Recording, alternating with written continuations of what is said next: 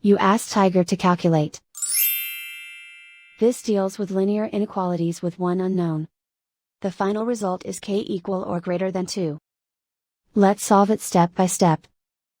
Group all constants on the right side of the inequality.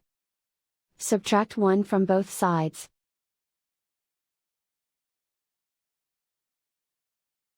Group like terms.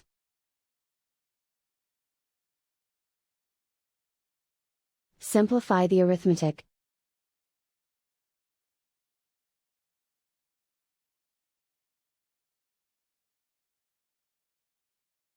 Convert the k into a positive number.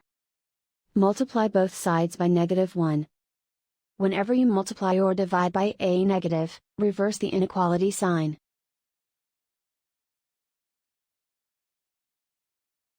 Remove the ones.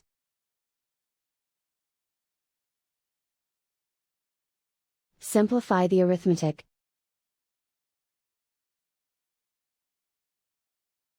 Plot the solution on a coordinate grid.